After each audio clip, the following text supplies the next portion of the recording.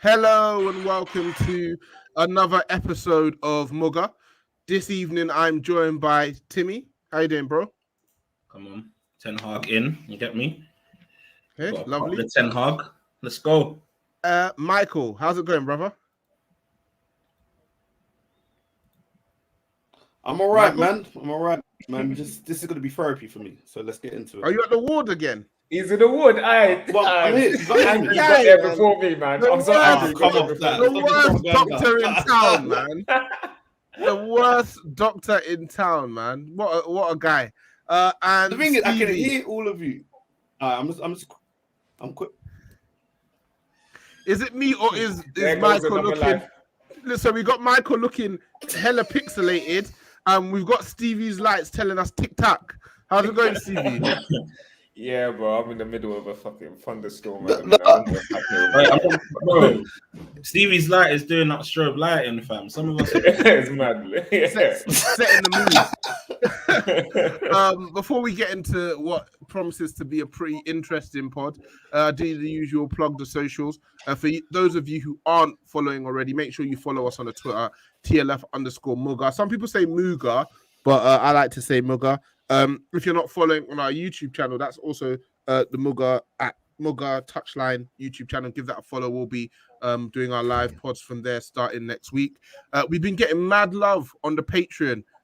How about that, guys? We produce content and people subscribe to be patrons. Who would have thought it, eh? I mean, Straightforward, isn't that it? now Long may it continue. So yeah, if you haven't already subscribed to the Patreon, we put out a couple of previews, reaction videos in the last week and a half, and we're going to continue to do that going forward. You love us and we love you. But with all that being said, let's get into it, guys. An embarrassing 5-0 loss yesterday against Liverpool. Those of you who've listened to the main pod already, I was doing a watch along with a couple of guys from Cop End and our guy Disu as well.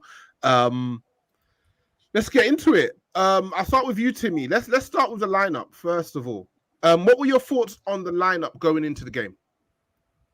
No scapegoat. I half expected Pogba to start because he came on at 2-1 yesterday. He came on at 2-1 against Atalanta, and he put in a really good half an hour. So I thought, yeah, okay, Ollie's seen that. In centre midfield as well, Fred went off injured. He went with the team at the Lowry either. So I thought, yeah, Pogba's just going to come in for Fred. The team was pretty much what I expected other than that. But that being said, I had no confidence that we were going to win this game anyway. So the fact that he was on the bench just for me made me happy because it meant there's nobody that we can scapegoat when we inevitably lose the match. So an semi-expected lineup. Obviously, I didn't know that Fred was fit to play anyway. So I did expect Pogba to start instead of him. But other than that, it was pretty much a lineup that I expected.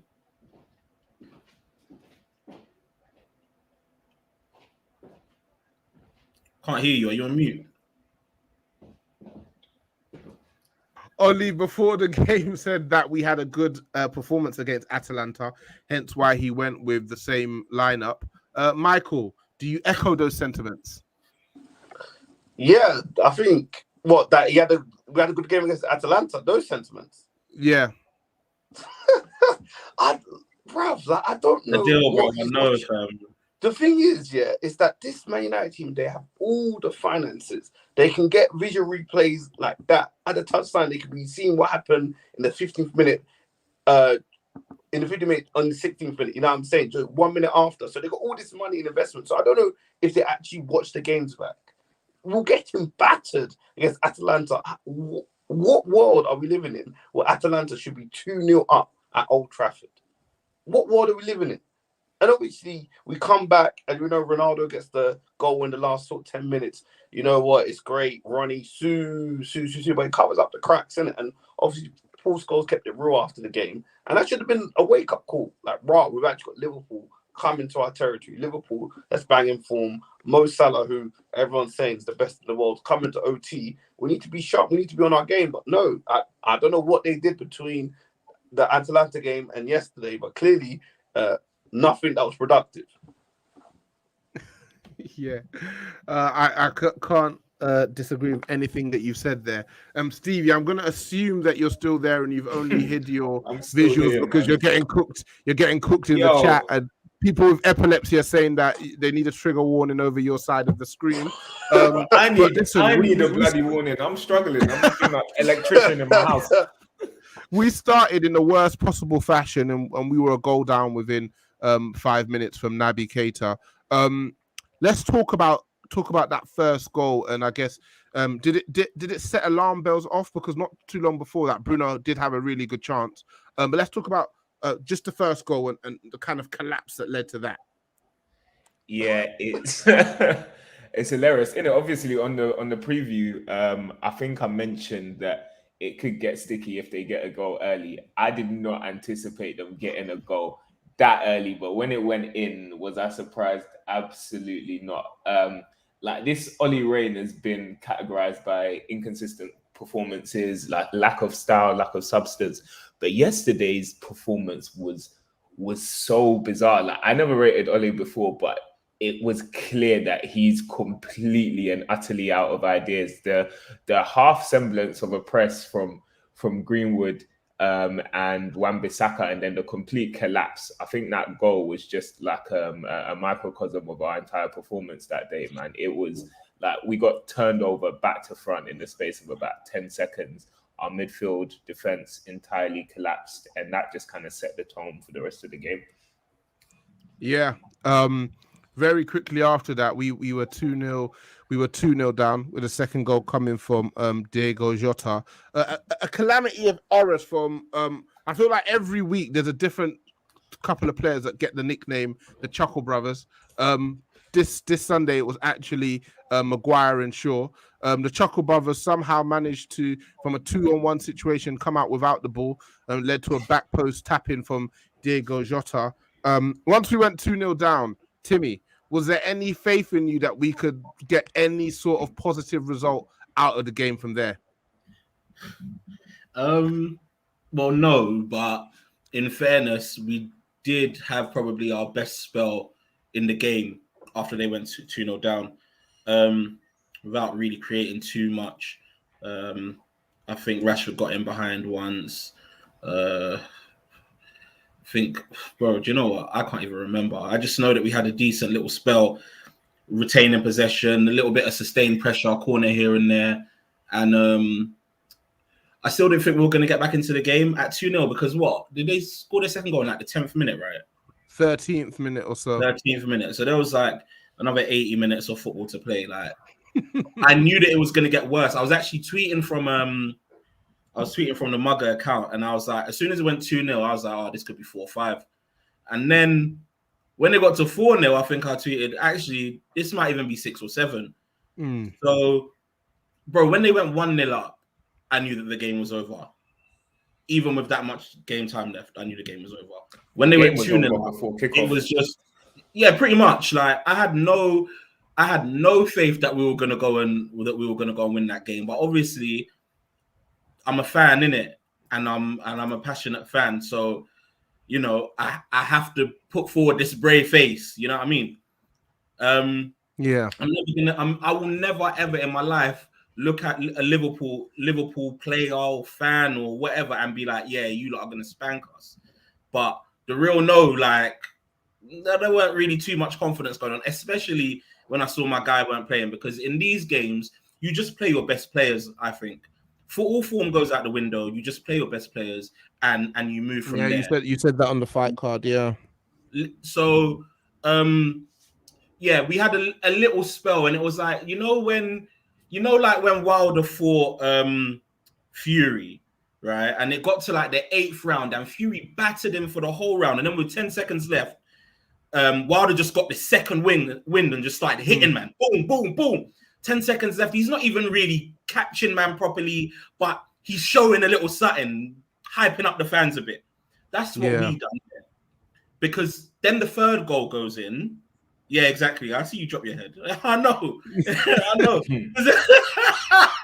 Because then the third goal goes in, and then it just reverted back to time, innit? Bro, honestly, if football could be stopped, like a boxing match can be stopped, we would have been out of there before halftime.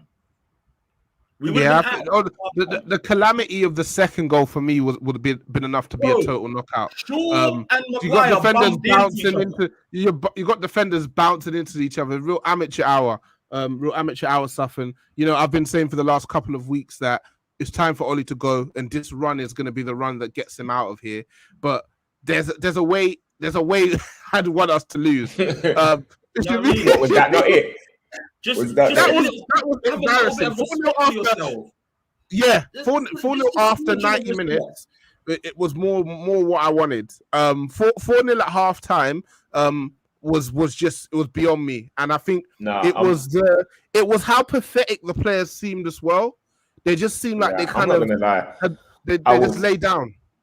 I was for it, to be honest, because I think if that defeat had happened in any other manner, so maybe like 4-0 by 90 minutes and I don't know, 3-0 into the 60th or 70th minute, like the result wouldn't have been so traumatic and so demoralizing for all United fans worldwide. I think the nature and the manner of the defeat is what's having the board look at Ollie's job right now and obviously perhaps relieve him of his duty. So I think 4-0 at 45 minutes or 4-0 at full time.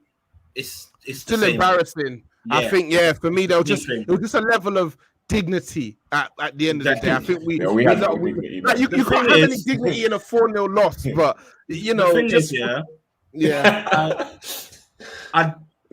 that's how low we've sunk. You're talking about having an acceptable 4-0 loss against Liverpool. That's how you want it to go down. That's bonkers. No, but the thing is though, boys, I knew we would lose the game. For sure. Even when I saw their lineup, I still wasn't confident that we were going to win the game. And a part of me was happy that we were losing the game for my own selfish reasons. But you don't want to lose this way. You just don't want to lose this way. You know what I mean? It's very, very embarrassing for the club. We're gonna live this. We're now gonna live this for years. You know what I mean? It's just embarrassing for the club. If we'd have lost, cool, whatever. I could get I could fly my little agenda, my little Ollie out agenda. I could talk about how shit Maguire is. I could talk about the fact that Pogba weren't on the pitch and we lost. Blah blah blah blah blah. But bro, no Man United fan. Let's be real. No Man United fan is happy losing to their biggest rivals 5-0 in your own backyard. I completely agree. In your own backyard. So after the goal by Salah to make it 3-0, Salah gets another lovely slotted finish into the bottom corner to make it 4-0, and we go in at halftime. Heads sunk. I think the fans were booing Ollie as well. Good. Let me just how bad? I'll come to you, Michael. I'll come to you at Seattle Grace. How badly did you potentially see it getting at halftime? I thought it could be any score Liverpool wanted it to be. It was up to Liverpool to determine the score at that point. And I think even Klopp come out and say, it got to 5-0, and I told the boys to take it easy. Take it easy. Don't waste your energy. They've got a midweek game then, the League Cup, so they've got another game, if not tomorrow, on Wednesday. So it's 5-0, and a 5-0 job done. Let's talk about a topic that's been the rage of discussion all day via the Muga account. Timi, you spoke about it. The Touchdown account spoke about it. We're getting opinions from all over the spectrum. 4-0 at half time. That's what I said.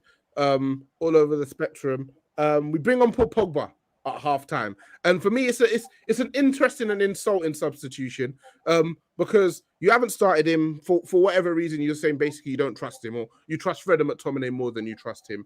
But then you're in the shit, and you decide to bring him on for God knows what reason. I guess in your mind he's able to provide some sort of quality that isn't on the pitch at that current time. I was surprised he came on. Because to be honest, Greenwood off as well, by the way. He has to took Greenwood off as well, by the way. who was probably our most competent attacker up until Yeah. then. It actually gave me flashbacks of Tevez for Manchester City when He refused to come on. Mancini tried to bring him on in the champ. I think it was a game against Bayern Munich. he A said no. while back now, he tried to bring him on in the 82nd, late in the game, and Tevez was just like, "Bro, like, no, why are you, why are you trying to bring me on? Like, we lost." Cool. So he brings him on. Pogba comes on. He gets dispossessed for the 5th goal, and then he fouls Naby Keita. Well, he Nabcam. He actually puts his foot through Naby Keita and leaves him with something. And Naby Keita has to go off injured, and off the back of that, get sent off. I'm going to come to you, Stevie, because on any given week, your opinion on Pogba fluctuates. I'm interested to see where you're at this week. What are your thoughts on bringing him on at 4-0, and then what proceeds to happen in the next 10-15 minutes? I think if you're Oli, you have to bring him on because, I mean, you're just out of ideas, innit? So it's kind of like, all right, let me do something so that I'm at least responding at halftime, innit? Let me try something. So he brings Pogba on. No surprise to see Pogba on. People will say that Pogba didn't care about it, yeah, but that's a disaster class cameo, like really and truly. Whether he cared, whether he didn't care, I don't care. That's still a disaster class cameo. Like, I think everyone yesterday got to hold their hands accountable, apart from maybe De Gea, Greenwood, who I can cut off with some slack. But that 20 minutes, that was Hall of Shame from Pogba. Yeah, exactly, Rick. That was Hall of Shame, man. He made a mistake for, what was it, the 5th goal, and then he also got sent off in record timing. That's poor, man. I can't excuse that. Why are they cooking Stevie? They're giving this guy. Oh, Michael, explain your rationale, bro. Yeah, continue, Stevie. No, that's it. Hall of Shame. That's it. Okay, cool. I'm going to come across to Timmy now, card-holding member of the Pogba fan club. What were your thoughts? First of all, the disrespect of not starting him. That's fine. Manager makes a tactical decision. He believes he had a good performance midweek. But then the added insult of bringing him on when you're 4-0 down at half-time. Yeah. It was a disgrace. It was almost as if Oli brought him on because he knew that it was inevitably going to get worse. And that when it gets worse, because Pogba's on the pitch, it's going to take him out of the firing line. That's genuinely what I thought. He gets dispossessed at the first.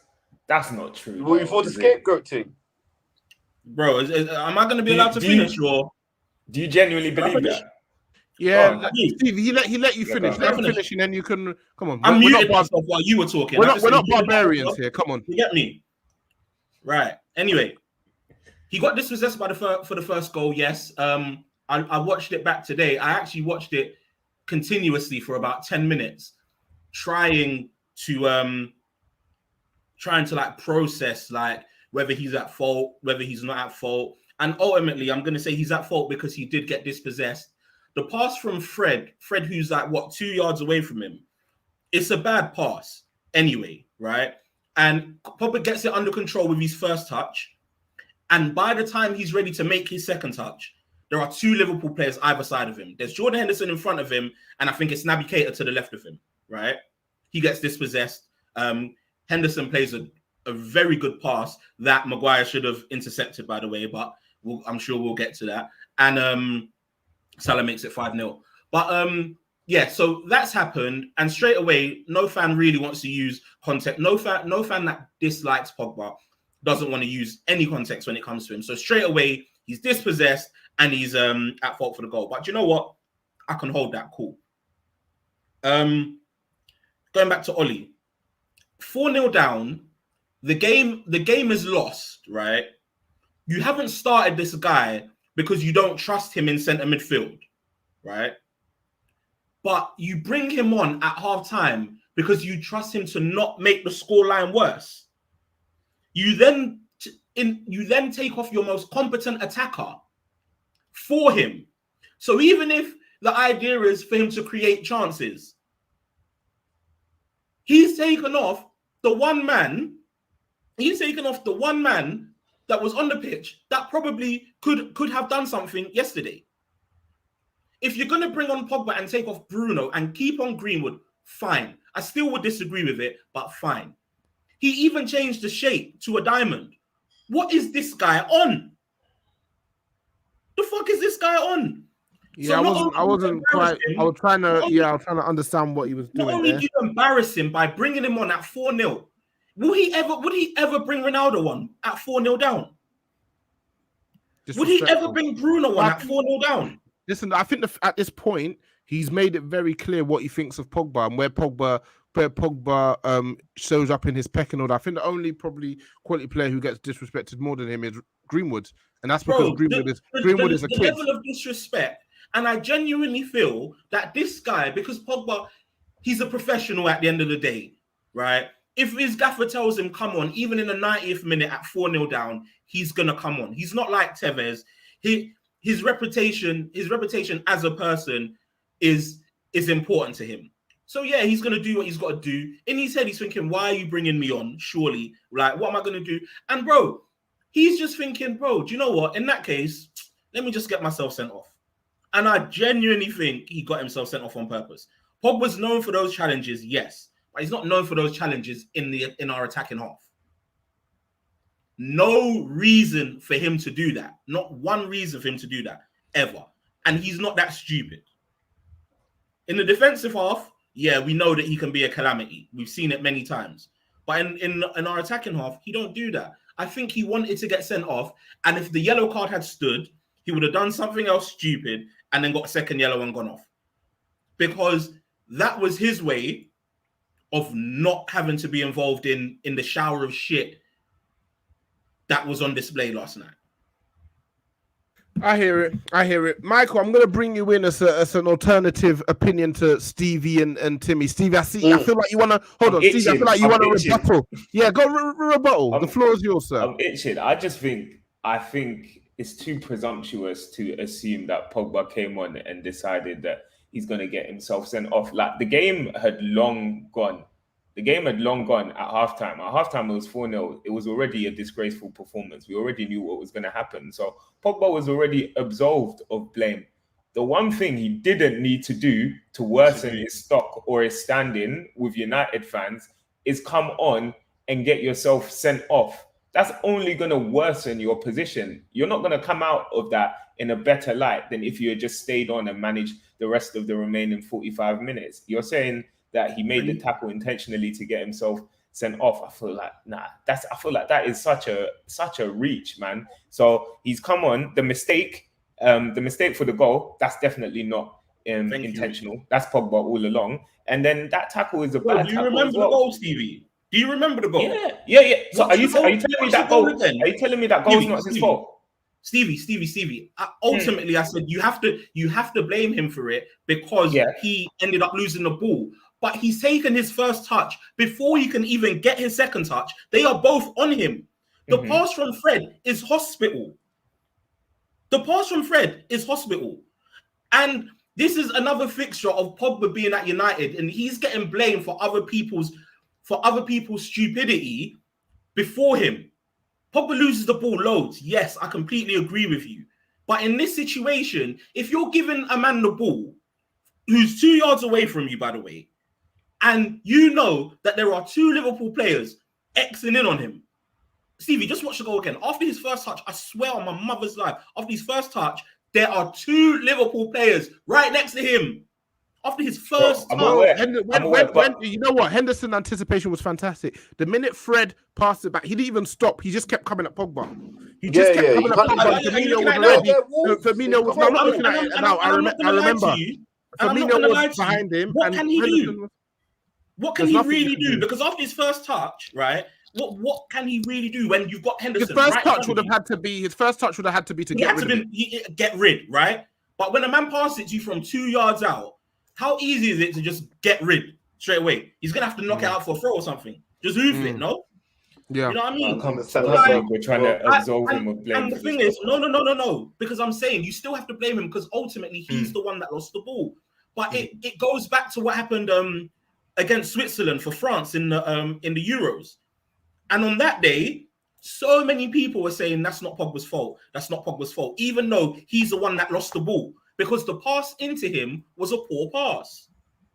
He's got man surrounding him now, and it's hard for him to do anything when they're surrounding him. But now today or yesterday, because it's Man United, it's different. And another thing is, if any other player got sent off in that manner, apart from Pogba, this is not even a conversation. Ronaldo kicked Trent in the gut yesterday.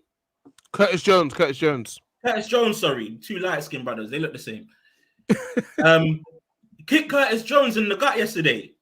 Didn't get sent off. Let's talk about that. Let's. You know, Maguire should have been sent off. Last man challenge. Bruno. But then what are you?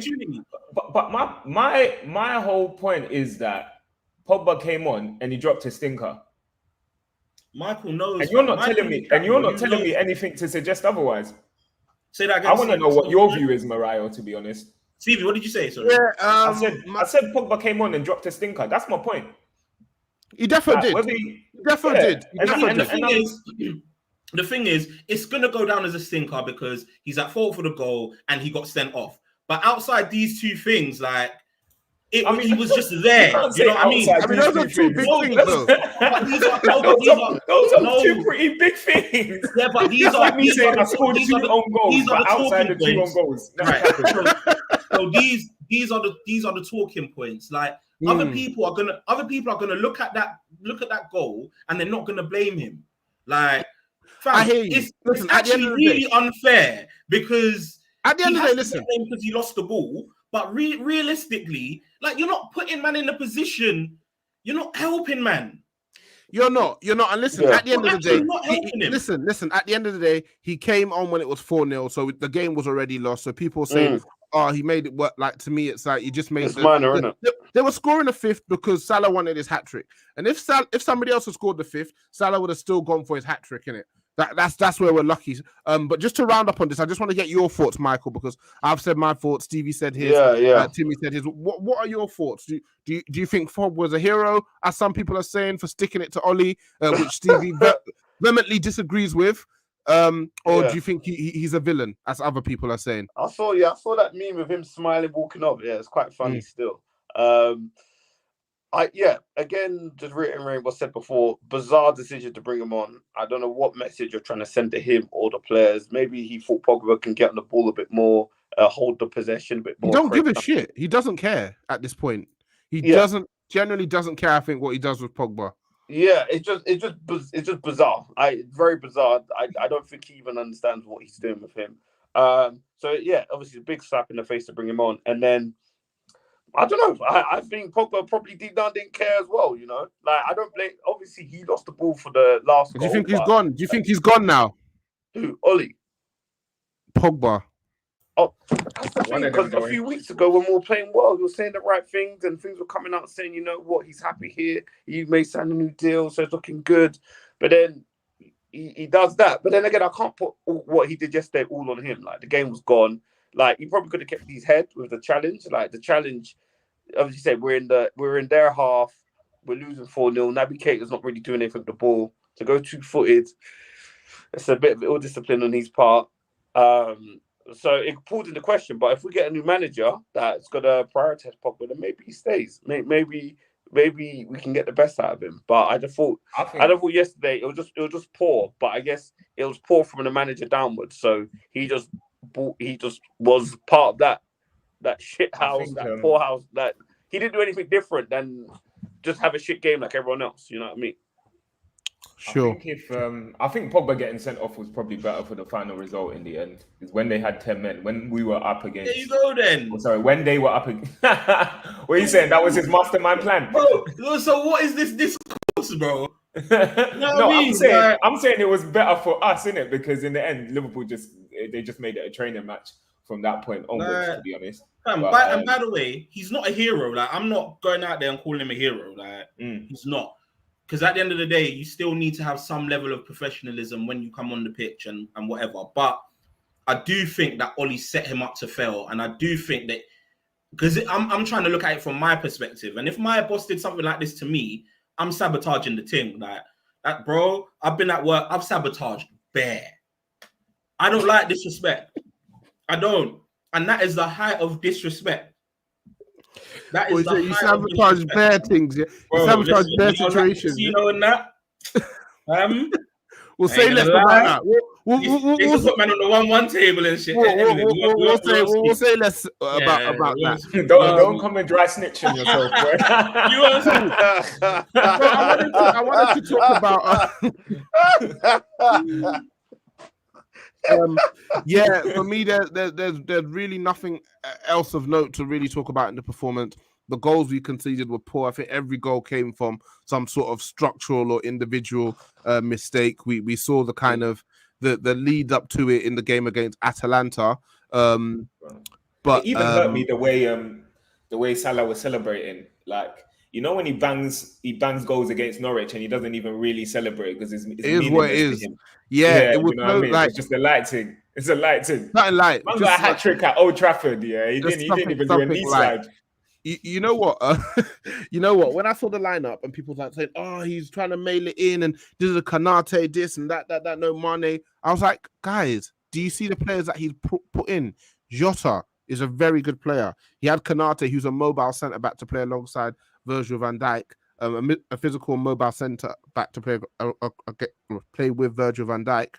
He doesn't rate us. He doesn't need to use what on paper is his very best team, because the structural issues that Michael, we'll talk about Maguire. The structural issues that we have every single game mean that what decides the outcome in terms of the opposition, the amount of goals they score, is the quality of players they have in those positions. When you have Trent Alexander-Arnold delivering passes, you got Mohamed Salah causing danger, Firmino having a jolly up, Naby Keita with time and space. You got Diego Jota as well in the mixer. These are too many quality players. Like, you're giving Jordan Henderson time and space. Like, Jordan Henderson, for whatever you want to say about him, he's a professional footballer, England international, Liverpool captain. He has talent. So I wasn't surprised when my days, I can't believe Henderson. He had all the time and space in Old Trafford to pick out that pass. So I'm not surprised at all. In the chat, they want us to talk about Harold Maguire, first of his name, club captain. What do we say at this point, man? What the hell on this podcast said he was a leader. They said he's been at fault for 10 goals in a week. Wait, hold on. Is Stevie trying to send or something? No. Who called him a leader? He's not talking about me. Okay. Because I said it the other day. No, I'm not talking about I said it the other day. I said it the other day still. Oh, did you? Oh, I said it the other day. But I've been saying since July 2020, strip the man of the captaincy. I've been saying it for the longest. I've been saying it since I was wearing a mask indoors. Strip that man of the captaincy. Now, they're all falling in line. What can I say? He's speaking of Maguire, it's just repetitive and boring at this point, man. Because the same thing gets said and nothing changes. Yeah, nothing changes. He's not of the standard, never has been. He's not the required level. He's not the required level to captain this club. He's the worst centre back we've ever signed. He's the worst captain we've ever had. And that's just it. Get out of my club, man. Get me someone who's gonna get rid of this bum. He's not better than Lindelof. He's not better than Bailly. He's not better than Varane. He's not even better than Ted and Mengi, bro. He's dreadful. Get out. Enough. Boy. Yeah, boy. I look, I don't know what he's on. Like, if he's not fit, don't play him. He's not that good that you play him half fit. He's not like a Rio Ferdinand. He's not Vidic that you get away with him playing half fit. If he's not fit, and that's the excuse why he's putting up these stinkers, then just leave him out, because he's not doing himself justice. All that. This is ridiculous. This point is ridiculous. Let Michael finish. Yeah. You want to respond to that comment? I just don't understand. Like, him and Luke Shaw are both English. English should be the first language. Should be the first language that comes into their brain. Why they cannot use this language to communicate, I do not know. I do not know why they're running into each other for that second goal. Like, bruv, like, space, man on, 5 yards, simple football instructions. They can't do. Yeah. How have you got Luke Shaw? You know you got Mo Salah to your left shoulder, bruv. You should be communicate. You should have him in your eye line at all times. Bruv, you should know exactly where he is at all times. The only time you should know where he is because he's offside. That's it. Luke Shaw is making Aaron Wan-Bissaka look really good this season. That's crazy. We've got the worst set of fullbacks in the world. We've got the worst set of fullbacks in the world. It's a joke team. It's actually a joke team. Do you really believe that? See? They had me doing up Shawberto Carlos, and they had the wool over my eyes, man. I can't believe you. Listen, the thing about football fans is you want to believe. I mean, like I said, everything that's happening now is things we've been discussing for weeks, for months. So we're repeating ourselves for anybody who listens to us weekly. But I said I needed a big sample size from Luke Shaw before I could put any real stocks in him, and he didn't give it. And he's regressed back to who he was. He's regressed back to who he was. I really. We should have sold when his stock was high, man. The worst player this season. Maguire, someone needs to find new evidence on that Greek case and just can him, put it back in the case. Our witness comes out of nowhere. Yeah. Morayo, put that comment back up, bro, please. The comment from Rick. The comment from Rick, yeah. Yeah. So we got a comment from Rick in the live chat. To be honest, with our club, it feels unfair to give some guys graces and not other guys. You can talk about the system and its deficiencies and how that hurts Pogba, then not extend that grace to Maguire. I think that you can't talk about the system and its deficiencies and not extend that grace to Maguire. This point is just horrible all around. Oh my God, bro. Okay, so first of all, my guy actually. Paul Pogba, bro, Rick's my guy as well. Shout out you because you're always supporting us. But this point is horrific. Paul Pogba is a star player. He's a match winner. In order for your team to succeed, you need to give him. You need to put quality around him. Maguire is a piece. You weren't saying that we need to put great defenders around Rio Ferdinand for him to succeed. Rio Ferdinand was succeeding at West Ham. He was succeeding at Leeds, and he came on to succeed at Man United, right? You had Silvestre next to Rio Ferdinand, right? You had Silvestre next to Rio Ferdinand for what? 2 seasons, and then Vidic came in, right? Yeah, and Vidic came in 2006, and then what? 3P after that, right? When did Vidic become a world-class player? We'd say like 07, 08? Yeah, so not maybe very good the first year, 06, 07. And then world-class 07, 08. The point is, right, you don't tailor your team for your defender.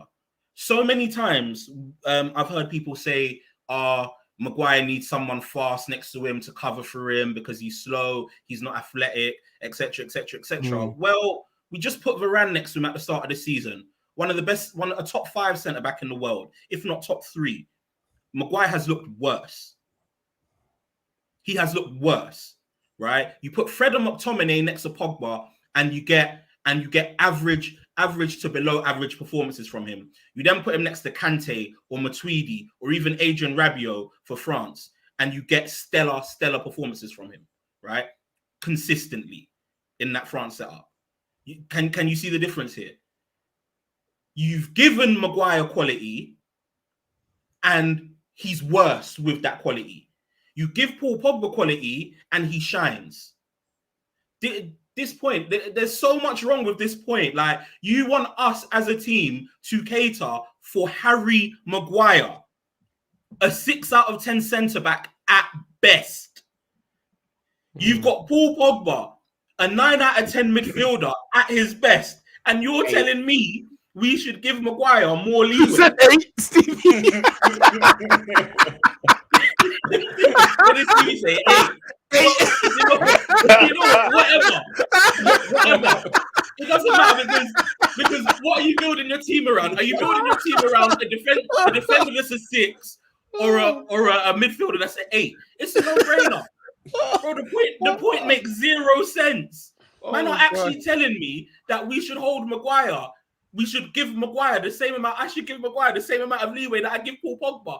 Meanwhile, it's the opposite in this fan base anyway, because Pogba gets zero leeway and Maguire gets it all. Guys were calling him world class off the back of 5 good performances at the World Cup. Euros. Yeah, that World Cup boosted his stock. No end, boy. Are you 2018 was a kidding good me? year for him. I think the Euro and then the Euros and then the Euros. Bro, come on, my guy, man. Do better, man. Cool. I wanna go on to talk about the news that's on the press in Fleet Street. They're talking about Ole Gunnar Solskjaer being replaced, and the news is getting stronger and stronger and stronger to the point where I think it's only a matter of time before it's confirmed. Among you guys, is there anybody who thinks that this decision is premature? It's even delayed. Delayed decision. Just had to check. Just had to check, boy. Just had to check. Cool. So that was a nice short and sweet segment. And then I guess we can go on to the next. That wasn't even a segment, bro. We can go to the next segment talking about potential replacements for Oli. So we're hearing names like Zidane. We're hearing names like Conte. Even some fans talking about Luis Enrique. I know, again, this is a managers we've spoken about the last 2-3 weeks. But let's take it from the top with who the links look strongest with, and that is Antonio Conte, a certified winner. Juventus, Inter Milan, Chelsea. Timi, I'll start with you. For the record as well that I know Elijah's not here to defend himself, but Elijah wanted who? Favre? Yeah, Lucien Favre. We're not going to talk about that clown. We're not going to. That was more of a hipster. That was more of a hipster shout than a genuine manager that he thought would actually get the Manchester United job. I'm going to start with you, Timi, because you seem to be somebody who's a fan of the potential Conte replacement. What do Manchester United get immediately if we bring in Antonio Conte? But just for the record, he's my 4th choice. Obviously, you see man repping the Netherlands today. Ten Hag, that's choice number 1. But my thing with Conte is a lot of people are talking about how they don't want him, but they're regurgitating like tired, like poorly informed reasoning for this. Like, I see all the time, if we get Conte, we're going to play defensive football. One, that's already false. If we get Conte, Rashford and Sancho are going to end up as wing backs. 2, that's false, right? Like, Conte's so pragmatic in his approach, blah, blah, blah. False.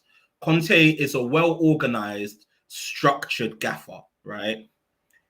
He's passionate. He gets the best out of his guys, but he also has quality in his squads. He knows what he needs. And he knows how he can get the best out of the players that he gets. People are talking about, he signed Ashley Young, he signed Diego Godin, he signed Kolarov, right? And this is true. Like, I looked at the signings that he made at Inter Milan, because one listener actually made a really good point when I asked, because he's the only person that answered me when I asked why don't you want Conte to the masses, and he's mentioned the fact that Conte's got this like quote unquote love affair with older players, which is true.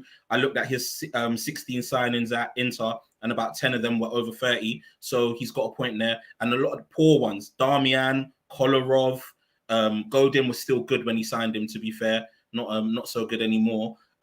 He also said that Conte's not great with the with bringing through youth. I saw that he signed 2 youth players for Inter while he was there. Both of them went out on loan in both seasons that he was at the club. So these are good points. And this is what I wanted. I wanted a discussion, right?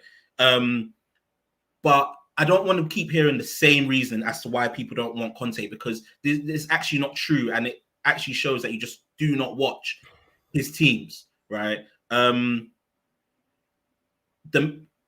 For the manager that he is, I think with everything that's out there, he is the most likely to get success out of this team, but it's going to be short-term success.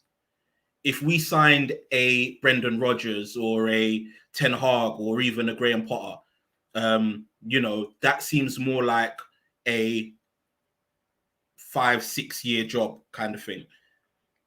could be ready within 2 or 3. Conte is bought to win right now. And to be honest with you, with the What's your team we have, preference? Do you think? I mean, you mentioned Potter, etc. But do you think any manager can really come in and not be expected to compete straight away, no matter who they are? Yeah, because I think style is everything, right? And as you can see, we've got no style. A lot of the managers that we're looking at, well, the manager that I want, Ten Hag, plays a specific way, right? And we're not ready to play this way yet. As you saw, our pressing yesterday was embarrassing. So at the very least, you need like a season and a half, along with players that the incoming gaffer would like, because they are gonna have some players that they'd want in, right? And it's gonna take a while to implement a serious style. Potter's team pressed well. Ten Hag's teams pressed well. Zidane's teams pressed well. Even Conte's teams pressed well.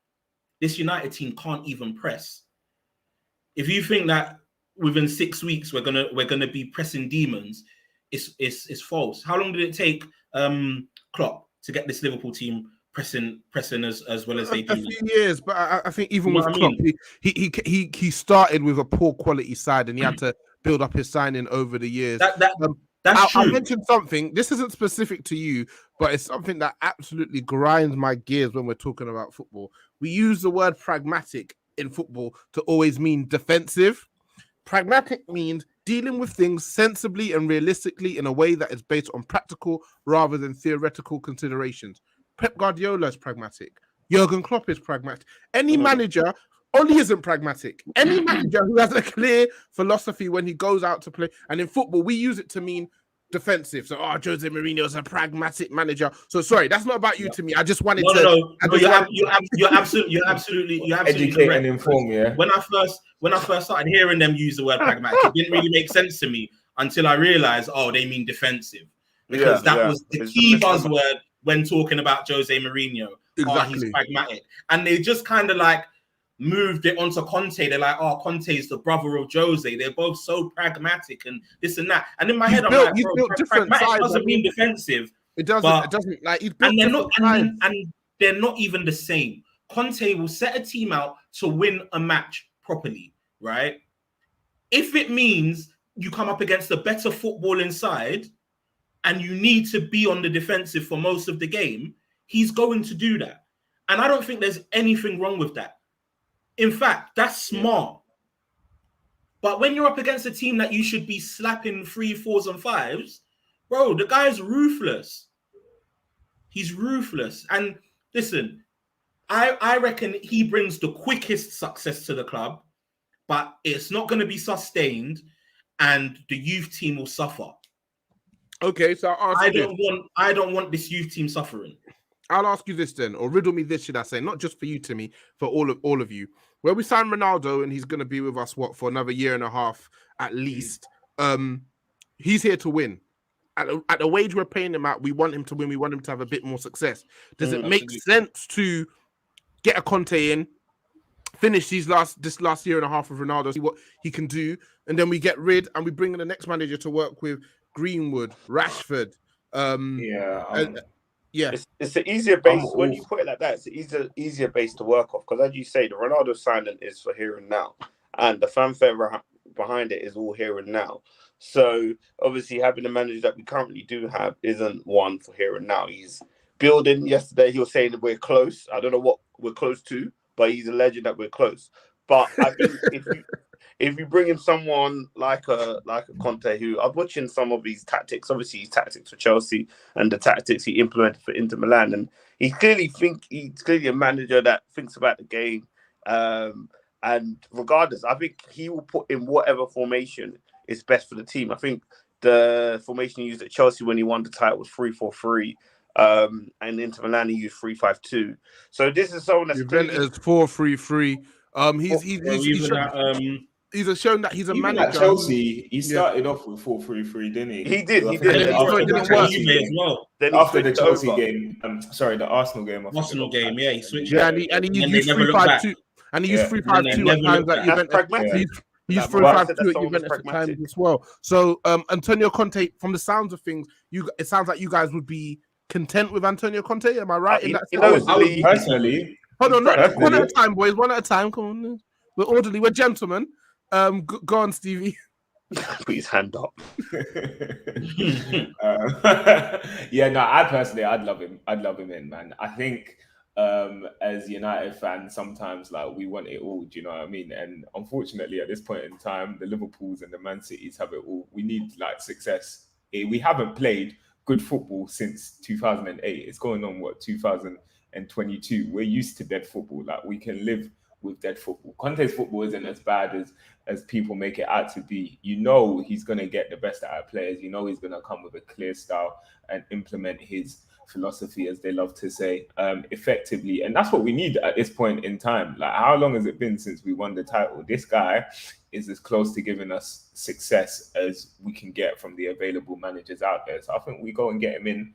I know people are crying about, Rashford playing at wing back and Sancho playing at wing back. Sancho ain't even playing in the team right now. So if we can get him performing as a wing back, then boy, that's a win, isn't it? So I'm saying let's go out there, let's get him in. I admire Ten Hag, I admire Potter, I like Enrique as well. But they all come with, I think, a bit more level of risk. I think if we were in another position as a team, maybe like if for instance, we were Liverpool and Klopp was leaving, then they could risk it with Ten Hag because they've just come on the back of success. We haven't had success in so long. We've had 3 straight failed managers, or is it 4 now? And so we need to go out there and we need to get a guy who's successful. Also, if you look at the competition, in the Premier League, Chelsea have Tuchel, Liverpool have Klopp, and City have Pep. These are 3 of some of the best coaches in the world. So in order to go up against them, we're going to need one of the best coaches in the world. And of those who are available, Conte is the best one. Okay, interesting. We'll leave that to marinate. Another name I want to throw in from left field, I asked you guys earlier in the chat, Brendan Rodgers. I'll start with you this time, Michael.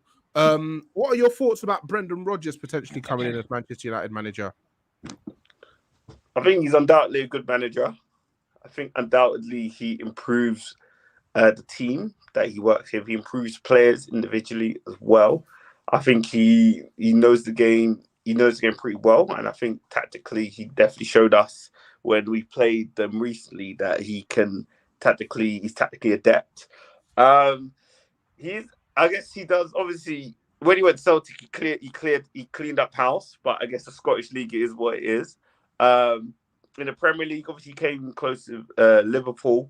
And with Leicester, obviously, it's almost like they've done really well and they're exceeding expectation. But the only question mark I put with him, I guess maybe it's more to do with the team than him. The Leicester team seem to run out of steam. And it's like he's almost like a Neely.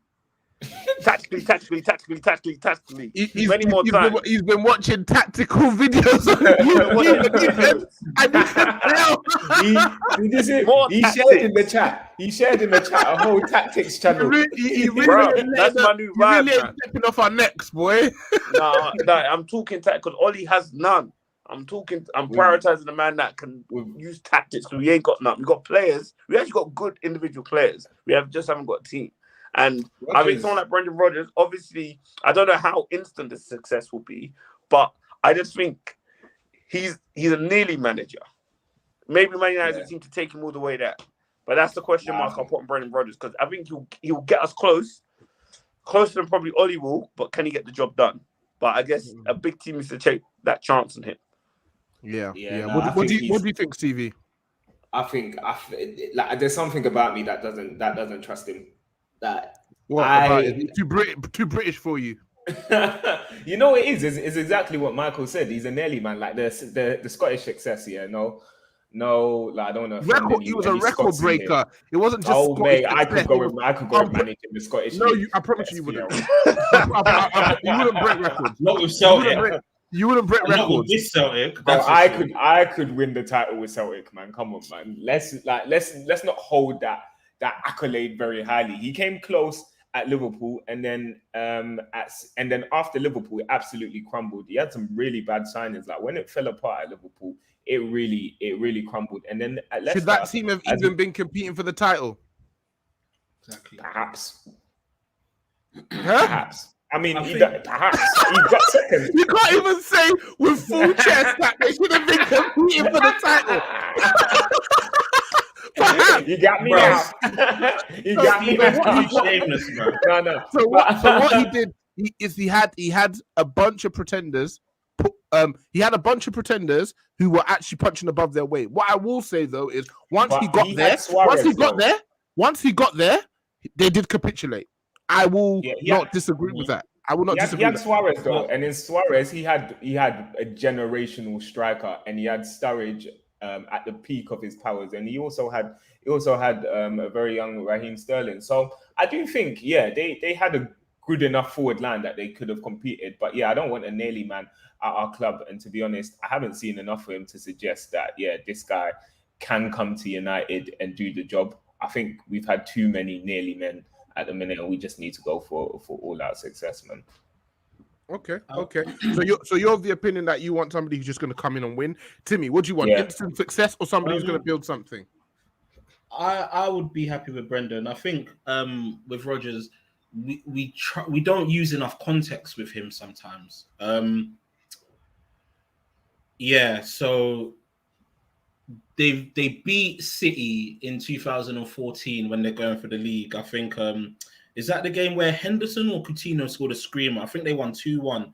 I'm sure Liverpool fans. Was that against Chelsea? No, it was I'm sure it was a win against City.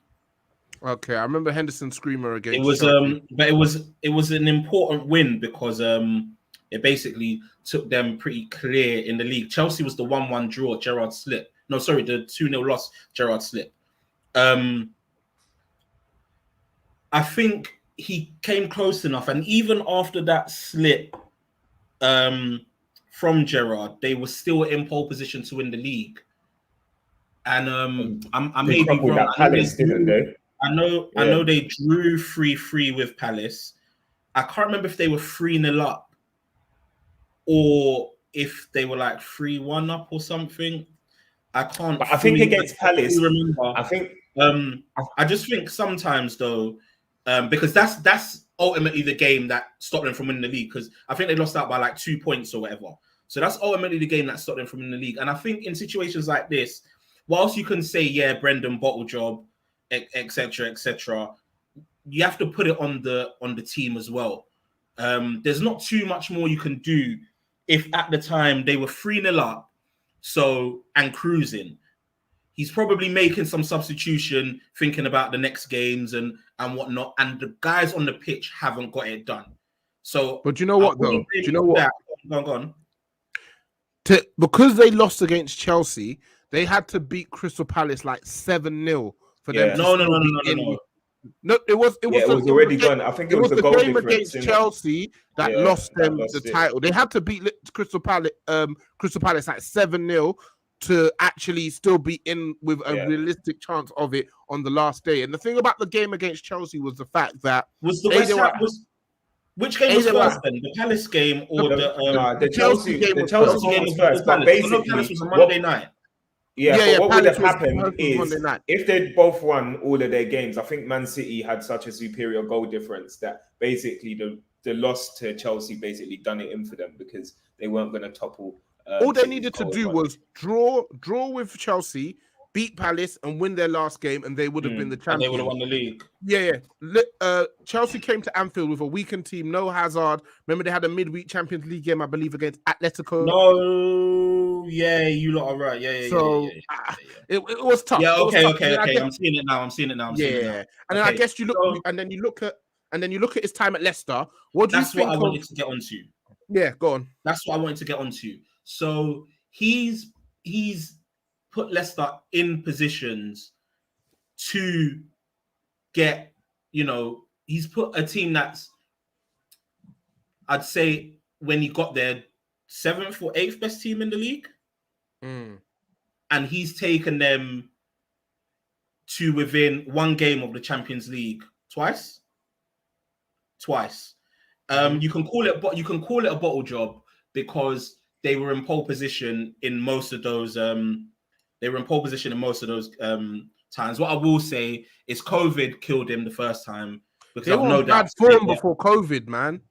They were spiraling before COVID. The thing is though, there's always time to put it right, and those that were in bad form at the time, i.e. Chelsea, they also it helped them.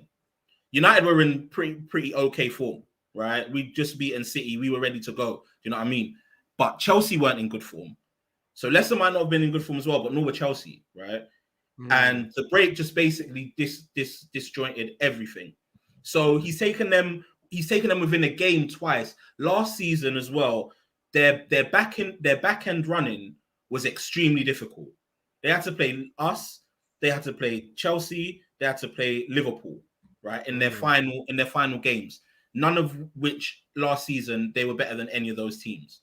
So as close as he has got, and maybe you could argue he should get over the hump. I don't think they should use it against him that much. I think if you can take Leicester from 8th best team in the league to within touching distance of Champions League, on top of now winning an FA Cup with them, beating Chelsea, and a Community Shield by beating Man City, he's with a clear style, by the way, because he's beaten the best. He's destroyed Pep at the Etihad. He's destroyed Oli the other day. He's put up great accounts of himself against Liverpool. He's comfortably beaten Spurs away from home. You know what I mean? There's a difference. Against the last game of the season last year, though. There's a difference here between being a really good manager and a really good manager at one of the lesser sides, I think, and then coming and actually winning the title. Like, there's a big like that. There is. I'll ask you this, Stevie. I hear your point. I'll ask you this. What was Tuchel's reputation before he took the Chelsea job? It's a bit mid, wasn't it? I think for most people were underwhelmed by his PSG side. People didn't rate PSG because essentially that's the equivalent of Scotland. You've got more resources than everybody else, so of course you're going to win the title. Didn't win the Champions League there. What I'll say is, I think I'm not sure about Brendan either, but I think he's earned the right to manage a top club with the resources to compete for the title. Earned the right, and nobody can tell agree me with with you. a straight face that they know if he's going to flop or not. Yeah, I agree with you. I just don't want him. Like, I don't want us to be the ones rolling the dice. We rolled the dice 4 times already. Do you see what I mean? You man don't think Brendan gets something with this team? I think it's an improvement from where it is. I can't say he's up against what 3 of the best 5 managers in the world. Do you think he can? You think he can box with them? Bro, he boxed with them and he's won the FA Cup with Leicester, bro. I can't lie to you, bro. I don't care about the FA Cup, man. Yeah, but bro, okay. So what about Europe? What about Europe? What about Europa? What about Europe? We did that in Europa. What? No, but what I'm about to say is, you don't think that he could do a Leicester with us in the Champions League and win us the Champions League, bro? We've got the 3 best coaches. We've got the 3 best coaches in the world in England, and he is fighting with them. He's losing. He's losing in the 6th round is different he's from fighting with them with much worse. He's fighting with them with a much worse team. Give him our team. We're leaving with something. Facts. What are we leaving with, bro? Yeah, the Europa. You might leave with a UCL. Bro, come on, man. Nah, you lot aren't rating Brendan's thing. I think he's a good manager, and I think he'll do much better than Oli. But I don't know. It's also, like his eye for a player. Club needs to take the chance on him. And I don't know if Man United should be that big club. Is quality. Huh? I think his eye for a player is. I think he's shaky, you know. Especially I think his eye for a player is shaky. I think that's Leicester, bro. I don't know how much of that I'm giving to Brendan. I think he's got a good eye for a player. He found Pereira. He brought through Justin James. They've also got that Luke Thomas, bro. At fullback, he knows what he's doing. And listen, where are our frailties? Yeah. Mm. That's not As not a- enough for me to Leaving want to was give him the something. job, but that's not enough for me to want to give him the job. But you definitely make some valid. You definitely Make a make some point. valid points there. I can't disagree. Listen, we have got an absolute ton of listeners' questions to run through. As you can imagine, whenever we have a game like this, everybody suddenly wants our opinions on everything. So let's start running through those now, guys. Gonna start with Alexis Kavkas, who's actually in the chat as well. Shout out, Alexis. If one Muga member could replace Ollie and steady the ship, I answered who that. would it be I've and already why? answered that earlier. fam. I'm not gonna click your answer. I can see it there. I'll start with you, Stevie. Who would you pick and why? Well, you got to back yourself, innit? So I'd go on that. I'm not gonna lie. I'll be out of that job. Hey, I'll be out of that job in a you couple need of to weeks. spam the chat because we all know it ain't Stevie. Bab said, Sebi, you are insane. If you God. don't believe in yourself, who will? If I see you one time, But if I was to appoint an assistant, yeah, Mhm. I'd probably have. I'd probably have Elijah just for his tactics knowledge, but Elijah's not good enough to be a first team manager. He can be my assistant. bro, there's too much of a language barrier, bro. They won't be able to understand him. Oh God. Cool. I'm gonna come language barrier. All right, cool. I'll come to Michael. Who? A great question, by the way, Alexis. If one That's a more great member question. could replace Ollie and steady the ship, who would it be? You need someone that's level-headed, not too emotional, not emotive, more logical. I'll probably with you, Morayo. I think. Oh, come on, man. Get off his cock. That's disgusting. CV, you're vulgar. You're disgusting. Thank you, Michael. Timmy, I saw your answer to Alexis's question, but on the pod, who would you go with the manager and for Muga and why?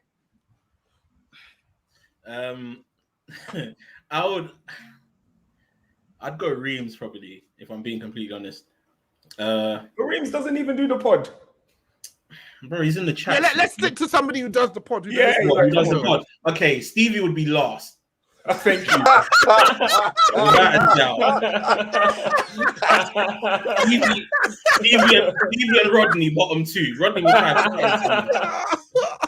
I'm not gonna lie, I managed an under 12s football team, yeah. Yo, that was the hardest year of my bro. life. I currently listen, do you know what? Fuck it. If you don't back yourself, you're a piece of shit. You're a piece of shit. My Sunday league team's currently top of the league, innit? So you get me. I'm going me with my assistant has got to be. I'd say Elijah, bro, because it's true. Like that guy, if that guy didn't have the starter, he would probably be my first choice gaffer, innit? Discrimination at large, boy. That guy's tactical nous is top quality. You get me? But some of us have actually won things as a gaffer. So, okay. I love it. I want to see. Next question is for what's it gonna be? What's it gonna be? 6. Considering Cristiano Ronaldo has not scored in 4 Premier League games, what does he bring to the team when he's not scoring? Followers. Nothing. To our Twitter account. Nothing. It's just socials, isn't it? If he's not scoring goals, he's bringing social. He doesn't press. And that's why Bruno vacates the space to go press as a second striker. Bruno was doing that before Ronaldo came. Don't try it, Michael. Bruno was doing that. If you watch your tactic videos again, if you watch your tactic videos again, they'll tell you that Bruno was doing that. You see what happened, Michael? Michael, you chose Morayo. You chose Morayo as your manager. Then he let me rescind my vote. But Michael, I'm a tough love manager. You'll take that. You'll be pissed I've said that, and you'll go on to show me that you got a brilliant tactical mind, regardless of YouTube. You putting on Pogba. You know what? Putting Pogba on Morayo might be right, you know. Elijah could be first team coach, and Morayo could be the assistant gaffer. Thank you, brother. YouTube be damned. YouTube be damned. But yeah. Morayo, who did you pick though? Who would I pick as manager? Yeah. An assistant. I think Elijah definitely assistant. I think for the tactical nous. And I think if Elijah's bringing a tactical nous, and I want somebody who's going to manage the personalities and bring a sense of order and stability. He's just gonna say himself, isn't he? Nah, I'm not gonna say myself. That's boring. Maybe Sebi and Elijah. I think Sebi got the personality. Elijah's got the tactical nous, and they'll work really well together. But if not Sebi, me, yeah, of course. So yeah, I'm leaving with something. You look I don't see it, man. I'm not gonna lie, bro. I'm leaving with something. Rashford, inshallah, boy. But that's where Elijah comes. That's where Elijah comes in, though. That's where Elijah. You know what? You know what? Everyone just give it to Elijah. How can everyone say You know what? Fuck it. I'm not even giving it to Elijah. Like, I'll give you Rashford. Let me pick the other 10. I'll give you. I'll give you Rashford. That's bull, fam. No way. I'll give you Rashford. Let me pick the other 10 players. But yeah. So you guys, so you don't think he brings anything to the team when he's not scoring? No. Let's stick to the pitch. No. It's not even that he brings nothing. At this point, he's even detracting. You know what I mean? He's not even a net neutral, as you would say, Morayo. He's a net. He's a net. Bro, he's a negative, yeah? Score goals, isn't it? He's a goal scorer. Yeah, so when he's not scoring goals, I said it last week, and they wanted me out of here. Did they? The experiment is done. Boy, another. If we get Conte in, I'm here for him though. What do you think Conte's gonna make him do? I don't know, man. He's 36, guys. He's 36. Luxury player. He's turning 37 in February. He's on his last leg. That goal he scored that was ruled out yesterday, that's the best finish he'll probably have this season. Yeah, he's absolutely fuming. You got him kicking Curtis Jones. Curtis Jones is young enough to be his son. Like, Ronaldo is down bad. This is not. Did you see that vid with him doing the Doctor Strange? Yeah. Someone said he's trying to go back in time to sign for City. So if I go left, go right. How far am I from the Etihad? So what? How far is Etihad? Cool. Next question is from Theo_Muhia. I'm Ollie out, but knowing a certain board, that's probably never finna happen. So which coach do you guys think should come in and improve our tactical approach to games, system of play, and general defending? Because we're absolutely horrendous. I think we've answered that already. What's it going to be? 6? Question again. Would you swap Sancho for 10, 11 Nani? I'm going to say yes right now. Because Nani in 2010 level was a demon, bro. Demon. Sancho ain't at that level. Not right now.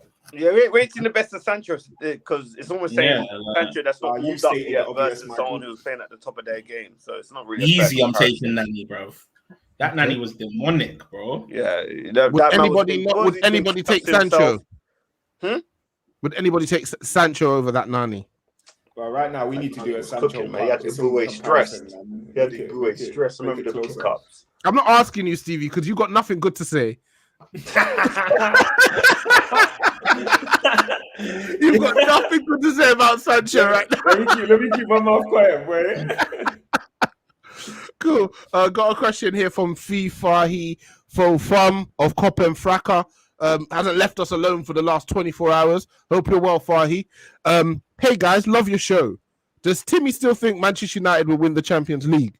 I didn't want to ask this on here, but every time I ask him in the group chat, he says, listen to Muga. Yeah, listen to Muga, innit? If you want my answer. This guy's trying to get answers out of me without listening to the podcast. Bro, if you've got any United-related questions, you get me, and we're in a non-United-related podcast, and you got to listen to Muga to get an answer out of me. Do I still think Man United can win the Champions League? Yes, when Oli goes. So the answer is he'll be gone by tomorrow, so yes. Okay. Question from JOLA_7. If Conte is appointed, what are your expectations for the rest of this season in terms of final league position, Champions League, future of players like Pogba, etc.? So let's start with final league position if Conte comes in end of this week. Where do we finish? 4th. Stevie? 3rd. Timmy? End of this week. Yes, they come to the end of this week, yeah. Oh, he doesn't manage the Spurs game. comes in after that? Oh, it depends on that score. I'm gonna say first. Okay. The tone on that okay was all I needed. You know, I was going to ask you and said, depending on that score, what that game is going to be 3 points. a big difference. Yeah, bro, because that's the difference between us winning the league by a point and losing it by 2. Okay. Hey, it's important. Trust me. Okay, cool. Next one Of is. course, I want to say first. What do you think I'm going to say? This team is good enough to win the league. Give us a good coach. I don't think an 8-point difference ain't the end of the world at this stage of the season. Not in late October for sure. Exactly. Cool. And if flipping we get a great manager in from game week 11 onwards, why can we not? I think this team should be challenging as it is. The only reason we can't is because we got a PE teacher. The managers at the other big teams aren't going to get any worse either, bro. Fuck Okay, so contest manager, I'll go in the reverse order now. Champions League, how far do we get, Timmy? What, with Conte coming in? Yeah. These are all if Conte comes in. Just say it. Probably winners. What can I say? What's the furthest he's got? Quarters. Oh shit! No. Sorry. I take that back. I forgot it's Conte, innit? He's shit in Europe. No. We ain't winning that. Where do you think? How far do you think we get? Quarters. Okay. Michael. Yeah, no further. Yeah, I think quarters. I can't see the semi, so yeah, quarters. Cool. Stevie. Let's just mix it in it, semis. Okay, cool. And finally, future of players like Pogba, etc. He says Pogba, etc. It's only Pogba. So Michael, future of Pogba if Conte comes in. Does that affect it in any way? During these Juve days, so I like to think that they can rekindle that, and I think that if he knows how to get the best out of Pogba, so I think he starts playing him as he should be played. I think Pogba will stay. Okay. Stevie, future of Pogba if Conte stays or comes. I echo Michael. Okay, and finally Timmy, future of Pogba if Conte comes. No, he's leaving. Yeah, cool. Next question is from Chooks. Ruling out Conte, what realistic replacements would you guys look at for Oli? We've answered that. Michael _Griggs 26. With Conte looking likely, how do you think we'll set up with him in charge? Oh, it's a good question. Do any of you have an answer to hand now? Because as we've said, he's done a multitude of different things at his time at various clubs. Or should I ask, are there any players who you see either not being used much, who will now be used more under Conte, or players who are being used a lot under Oli who will be used less under Conte? I'd be intrigued to see what happens with Sancho under Conte. Okay. I genuinely don't know which way it'd go, but I think you'd have to impress him pretty quickly. Yeah. It's tough. Where Sancho wants to play, very, very tough to get in, to be honest with you. I think Rashford is a cert to get in. Greenwood is going to be hard to displace as well. Let's see what he does with a Ronaldo, I guess. That's the question. Does he bounce? Said Allegri is better than Conte. Wow, that's a crazy shot. Sure. Timmy, are there any players who are playing a lot now who you could see potentially being dropped under Conte, or players who aren't playing much now you could see becoming more popular under Conte? Maguire's getting dropped. I think Telles will play more. I think Bruno will have to impress very quickly as well, or else I could see Sancho playing 10 instead of him. And Greenwood probably will see less game time because he's likely to favour Ronaldo and Rashford up front if he goes with a 2, which I think he will. So yeah, I think the biggest casualty will be Luke Shaw. I think Telles is more of a wing back than a left back to me anyway. Naturally, I think he's going to be the one that will profit the most from a Conte coming in, to be honest. I can't see it, you know. I think he'd get the best out of Shaw. Luke not at wing back. Luke Shaw might come into a 3 and Maguire will get dropped then. Luke Shaw's losing a stone, What? stone and a half. Why in do the you Premier think? League. Yeah, why do you I think? can't see Luke Why do Shaw you think Shaw playing can't play wing back? Pardon? Why do you think Shaw is incapable? I didn't say that he can't play wing back. I don't think he will play wing back. I think Tellez will play it better than him. Bro, Tellez is... So we say this attacking fullbacks thing, innit? Like, and all of Conte's wing backs are attacking wing backs. There's reasons that he converts wingers into wing backs because they've got this attacking nous about them. You understand what I'm trying to say? Victor Moses obviously was a winger before he reverted him back to a wing back. Ashley Young was a winger turned fullback who was equally good enough to play as a wing back. Hakimi is obviously a wing back, a right back turned right wing back who plays that role to perfection because he's great going forward. Luke Shaw's not great going forward. He's very poor going forward. But he might get Tellez any better? What going forward? Bro, it's night and day between Tellez. It's night and day between Tellez and Shaw going forward, and it's night and day between them technically. And the for a wing back, as well as being athletic, as well as his wing backs usually being athletic, they are technically sound and they deliver the ball at a very, very high level.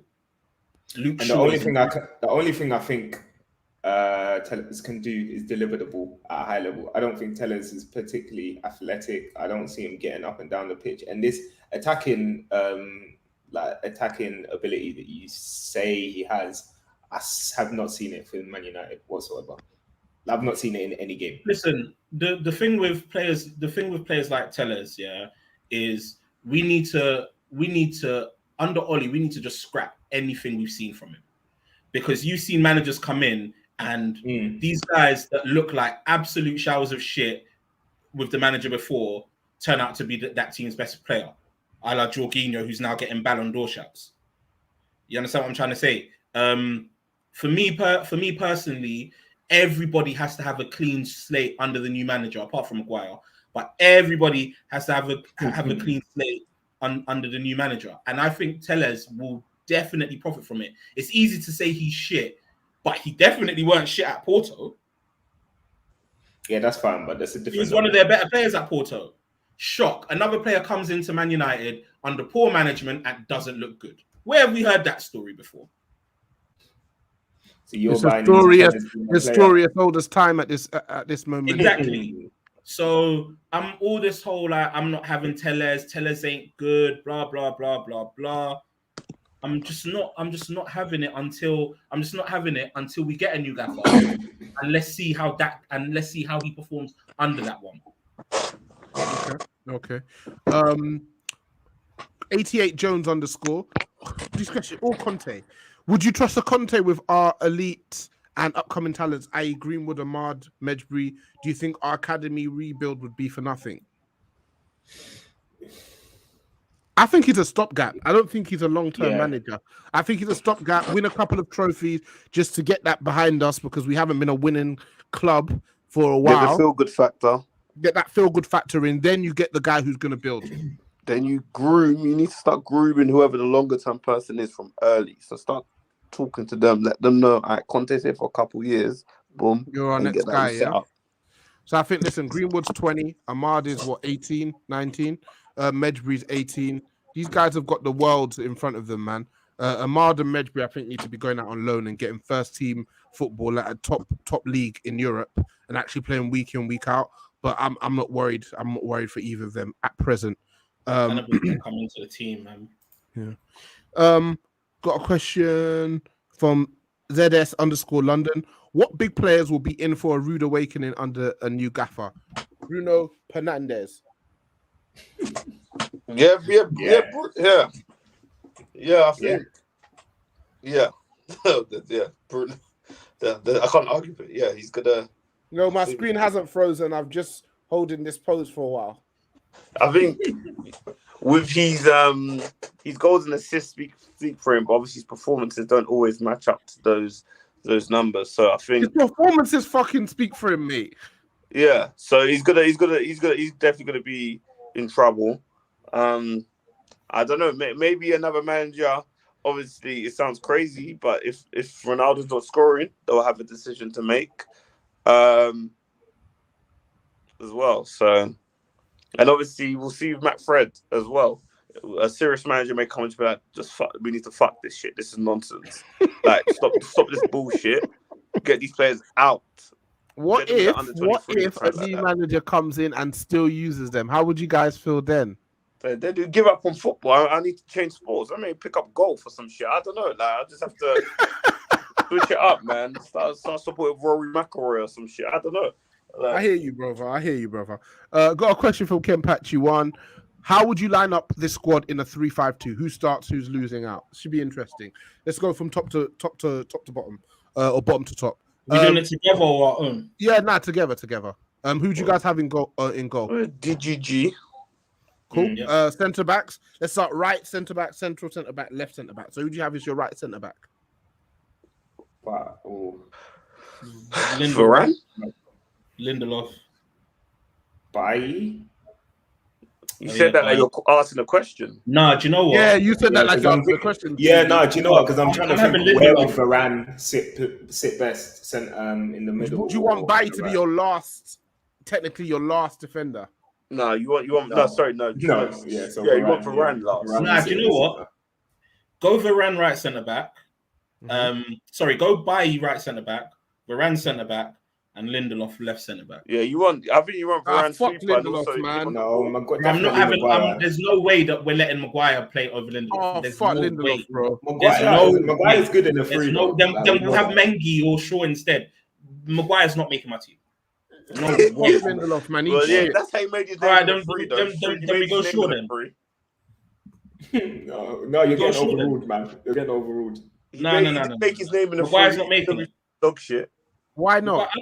I can't believe there are still people out there that think Maguire is better than Lindelof as well. He is better than Lindelof. The best of Maguire is definitely better than the best of Lindelof. No. Lindelof had a shocker yesterday as well, you know. Bro, Lindelof's game probably isn't the best tailor suited to English football, but he is by far a better centre back than Harry Maguire. Really, what does he excel in? What does he excel in? By far, bro, he's good at selling. Bro, he's literally good at pretty much everything. The only problem is he's a big pussy. He's a big pussy and he gets dunked. You're telling me he's what good. does Maguire excel in? He excels aerially. Maguire excelling. No, he don't. This guy getting dunked on all the time. No, you can get dunked on, but he excels aerially. Bro, Maguire, what on the offensive end? He might get you a header or two. He might get a goal or two. But he still don't excel at that. He wins the majority of the headers. Maguire doesn't excel. Maguire doesn't excel in anything, right? Lindelof excels aerially, man. He excels aerially. Lindelof is a far better passer than him. He reads the game way better than Maguire. He's nowhere near as rash as Maguire. He's probably a better tackler than Maguire as well. The problem with Lindelof is he's just a pussy, right? He's a pussy. He's a pussy. He's slow. He's weak. He's a centre back. He's a centre back. Man said he's just a pussy. Man said he's just a pussy. We're not comparing him to other. We're up against the best attackers in the world. We're not comparing him to other centre backs. We're comparing him to Maguire. And we're comparing how we look in this team. Lindelof is worse than Maguire. I promise you that. Lindelof has to play. Overruling height. No. Let's go with Maguire. Lindelof hype. So who's our right wing back? Bruv. No, this guy's the worst centre back we've ever had. He's not the worst centre back he's ever had. Get a grip. The worst we had. Get a grip, man. Especially not you, Morayo. You're definitely not my assistant captain. Get a grip. Let me bring You're too volatile. You're too volatile to own the club. You're too volatile to own the club, man. Harold Maguire, you lot kill me, man. Okay, cool. Anyway. Right wing back. Who we going with? It can't be Aaron. It can't be Aaron. Oh, so man want to go with Dallo now, yeah? Dallo is shit. Oh, so they're loving Dallo. By the way, I hope you lot didn't miss his shit show yesterday. Oh, you haven't said you got it or not and lose the ball. What? When did Dallo come on? Dallo came on and was just losing the ball. He was fucking awful. I might have Rashford. Anyway, Ethan Laird, right wing back. I might He have didn't do Rashford there. anything. He didn't do anything. Stevie, speak up. Stevie, speak up. Stevie, speak up. You heard me. What did you say, Stevie? I might have Rashford there. You want to say me that about aneurysm, bro? Oh my god. Our best attacker probably. And you'd play him at right wing back. Well, actually, who would you play at right wing back? Seriously. I'll go Laird, man. He's not at the club. All right now. Bro, we'll recall him. Gallo and Aaron. I promise you, Conte recalls him. Yeah, I think you have to play doesn't Gallo. know who he is. Conte does not know who he is. But I'm I'm telling you, Conte recalls him. No, man, Conte will have him removed from the training ground. bro, I'm telling you. In fact, I wouldn't be surprised if Conte's already called him. Fuck You're killing me. He doesn't know who the hell he is, man. bro. It's Victor Moses from here on out, man. Yeah. You know what? Yeah, fuck that. Let's get. Is he available on a free? Let's chuck him right wing back. All right, cool. So we're not. It seems like we're not sure who's playing it right. It's gonna be Wan-Bissaka probably, surely. Nah, I think So I who might are you? Gallo. You know, I think Gallo because I'm gonna say Gallo. Gallo is shit. No, Yeah, okay, he here is, we go. But We're Wan-Bissaka overruling even you now. worse going I forward. mean, I didn't overrule anybody. You were outvoted. It's a democracy. Outvoted. It's a democracy. Outvoted. All right, cool. Hey. Gallo at right wing back. Gallo. Who's at left wing back? Sure. Sure. Your Tellers is so crap. I don't mind getting outvoted in this one. I've got Sure at left centre back, innit? So I'm doing my thing. Are you buying stocks? Are you buying stocks in Tellers? Overruled.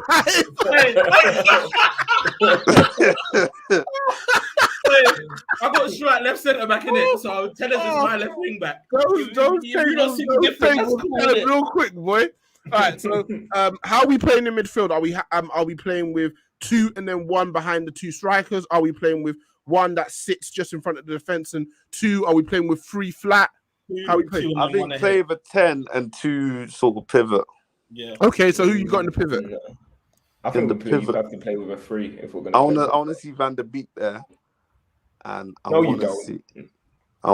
Let the guy talk. I don't. The thing is, Arrogant, Matic hasn't got legs, but I can't put my Stevie friend there. idiots. Fucking arrogant. No, I know you saw Van der Beek in probably the old school Ajax tactical video, man. No, we need to run Van der Beek. I'll put this because I can't have McFred there. Unacceptable. I'm gonna put Van der Beek and Matic. Matic got no legs. But Van der Beek and who? Matic. Bro, do you remember when you picked Gary Pallister and that for his Shout out Gary Pallister. I'm not having no Gary Pallister. I'm not having no Gary Pallister. Shout out Gary P, bruv. He'll be okay. Then we know that's the best centre back than Maguire. That's for sure. Shout out Gary P. So you said Van der Beek. So you said Van der Beek and Matic, yeah? Yeah, that's what I'll go for. Stevie, you didn't pick yourself as a manager. That's wow. That shit is ass. Who you picking, Stevie? Let's hear it, Mr. Rashford, right wing back. Let's hear it. Right wing back, Rashford. You know, this pod is getting the most personal pod I've ever been on. Personal attacks per minute through the roof. Stevie, what's your midfield pairing? I'll go Pogba and McTominay. Okay. Timi. So one midfielder. Okay. Didn't you hear that Henderson, off his performance yesterday, is only 11 passes behind McTominay at Old Trafford this whole season, and you still want to start him? Stevie wants to pick him. No. Conte will get him running. I'm gonna pick running away from the ball. Get out of it, Hold on, guys. Go on to me. I'm gonna pick Pogba and I'm going Pogba and Galbraith. I knew it. I knew he was going to bring back someone from loan. Fuck, you know. Oh, yeah, sorry. You lot said no loan, innit? Yeah. Again, another young player who Conte won't know who the hell that is. Hey, Galbraith, crazy, cuz.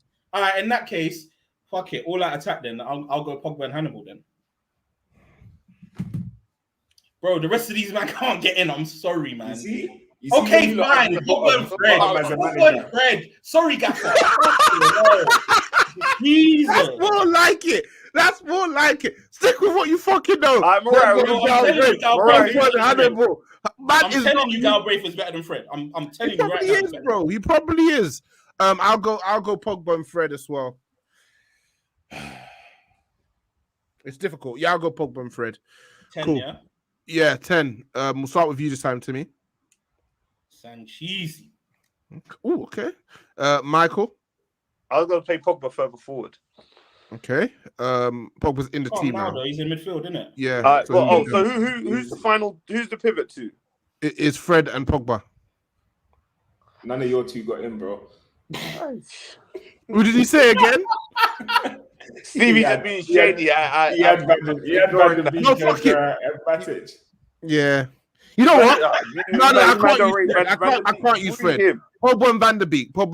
I'll back you on Van de Beek. There we go. Fred, Stevie, close it. All right, Stop your mouth. Look what talking does for you. Look what talking does for you. Let's Pogba and Van de Beek that go in there then. So overruled her.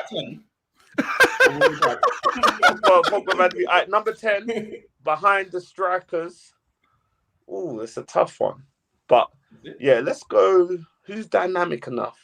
Let's see what Sancho can do in there. Right, cool. I can't believe you did all of that just to say.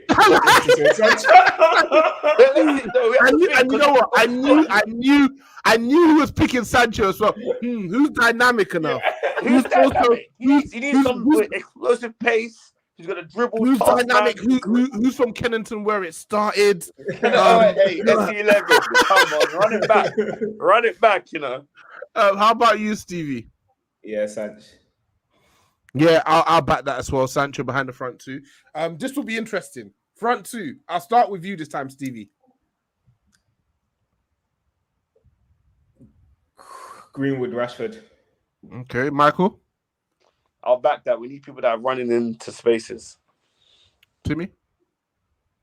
What did the man say? Sorry. Sancho. Everybody went with Sancho. No, we're doing up front now, aren't we? Greenwood, Rashford. Yeah. Both of them said. We both said Greenwood, Rashford. The problem is, Morayo, no matter what I say now, unless you agree with me, it's going to be Greenwood and Rashford anyway, because they've already got 2 votes. But speak your truth, brother. Bro, you just can't leave CR7 out, bro. I'm sorry, man. You can't. And I don't know who I'll leave out at Rashford and Greenwood. I really don't. But you just can't leave Ronaldo out. So, boy, we just spoke about what he does when he doesn't score, boy. For now, I'm gonna go Ronaldo and Rashford. That's killed me. Someone said Timmy will pick Charlie McNeil. Hey, okay. Hey, wait. Who said? Let me have a look at the clown that said this, first of all. Cool. I'm going Rashford and Rashford. Fuck off, brother. Because if they know that the only people that I support properly are Greenwood and Rashford and Pogba. They're literally my 3 favorite players, bro. So of course them man are going to be involved. Man said McNeil, get this guy out the chat. For me, it's Rashford and Greenwood as well. I think they just offer too much quality now. Do you think they're better than Ronaldo? I think they're better fit for what we're trying to do than Ronaldo at this point. Under Conte. Yeah, Ronaldo's not going to do anything. He's not going to do anything. Like he's going to. I don't think we're disrespectful. It is what it is at this point, man. Like even you couldn't tell me what he does when he's not scoring. Yeah, but the thing is, when he's not scoring, because we had this talk on the pod last week, he's not scoring because he's not being given any service. Look at the goal he scored yesterday, even though it was disallowed. No other player in our team can do that. But there's a lot. Rashford's finishing is dreadful. Rashford gets himself more chances than Ronaldo. You know I'm gonna change.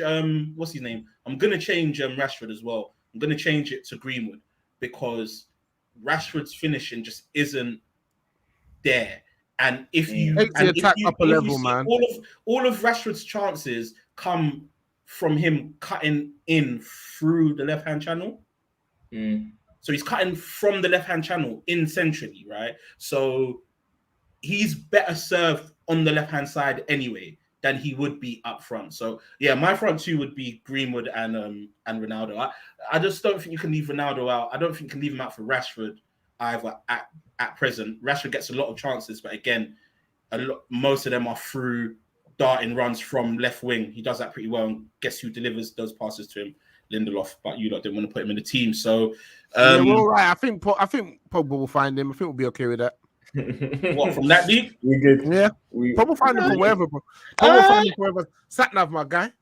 Sat-nav, my guy. Yeah, for me, I think. Hey, don't disrespect Paul Scholes, fam. There's only one sat-nav. I think Greenwood's quality and all-round play means he must start. And his finishing ability. And I think for me, Rashford, I've seen him burst through it centrally. And I think he's developed a lot physically since the last time he was played consistently up front. So for me, I'll go with those two boys. Let him have it. Ronaldo off the bench, man. Sixth man of the year. That's it. Sixth man of the year, Not for me. Sixth man of the year, man. Jamal Crawford. He's putting up crazy numbers coming off the bench, man. They're doing my boy dirty. They're calling my boy Jamal Crawford, bro. Manu Ginobili, then whatever you want to call Not it. even man. Lou Will or someone like that, fam. Bro, Jamal Crawford got 3, 4, 6 man of the year awards. That's NBA heritage. shit, man. That's Washington DC heritage right there, man. Seattle heritage. I wasn't watching basketball them times there, bro. I'm sorry. No worries, man. Dwayne underscore 90. Last couple of questions, boys. Should Van der Beek still try to leave, or should he trust he'll outlast Ollie and establish a career at United? Stevie. He should try to stay. I don't know if he's going to establish a career. Yeah, I don't think you're a fan. You've made that pretty clear. Like, even the way your neck was moving. Did you see it? Yeah. Why do they keep asking about this guy? He's not a United player. He's not United mustard for me. Okay, harsh. Michael, what do you think? Should he stay and try and outlast Ollie? Yeah, most definitely, man. Most definitely. He's a different player to the other midfielders we've got. We've established that at least two of the midfielders we got are absolute trash. Matic, his legs are going. So, let's see what he can do, man. Let's give him a chance before we write him off. That's my thing. I don't even dislike Van der Beek, but I think everyone seems to think that, like, just play him. The guys that we have are so bad, Stevie. There's no way he's as bad as McTominay and Fred.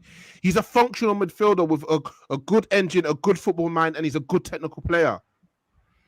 It's sacrilegious the fact that he can't get into the team. What do you get from Fred? Pardon? What do you get from Fred? Energy. Okay. What do you get from McTominay? Energy. Hiding. Come on, hype. Yeah. Hype. Cool. How about you, Timmy? You're hiding. It's a disgrace. How about you, Timmy?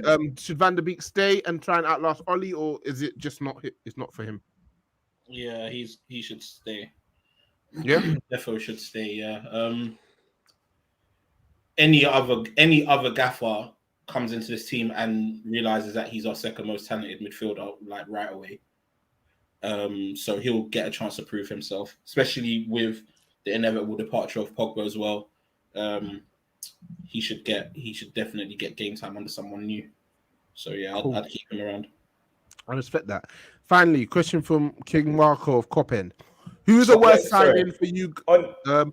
Just on that, yeah. Oh, sorry, just on that. Do you lot think Van der Beek can come in and solve some of our midfield issues? Like, do you lot see him potentially being a starter? For us? Yeah. Should be. When I see Matt Fred, like that, it was so hilarious seeing them at the times. They did take the Michael, ball up my question is not so much is he better than McFred? So does he solve the issue? I'm saying, going forward, would you be like, okay, we don't need to dip into the transfer market because Van der Beek is good enough to play in the center of our midfield? Nah, he's not. I don't think he's that type of player. He's not. Don't need to dip into the transfer market quality, because I think we need a specialist in that deeper role, and he's not a specialist, but he's enough. He's good enough to do a functional role and tide us over to the point where it's not a glaring weakness as it is now. That's how I see it. But he's an 8. So you can get him to do a functional role as a midfielder who's comfortable taking the ball, receiving it on the half turn off of the centre defenders and distributing it and ensuring that we retain possession and get the ball forward. But in terms of the defensive work that comes in that role and just being a specialist at those things I've just mentioned, he's not that. He's an 8. He's a player you want further forward. He's a player who plays similarly to Jadon Sancho, if anything, And maybe there'll be a world where we see them link up together and we play some really nice, intricate football. And last question, this is from Marco of Copend. Who is a worse signing for you guys? AWB and Maguire? And who do you think you can recoup the most money compared to their fee for? I'll start with you, Timmy. The question was who was the worst signing out of Maguire and Wan-Bissaka, and who do you think you get most money for? Yeah, relative to their fee. Probably get the most money from Maguire. Relative to fee. So obviously, if they both you're getting 40 for both, it'll be AWB because he only costs what 55. Yeah. No, I know. Yeah. It will be Maguire, bro.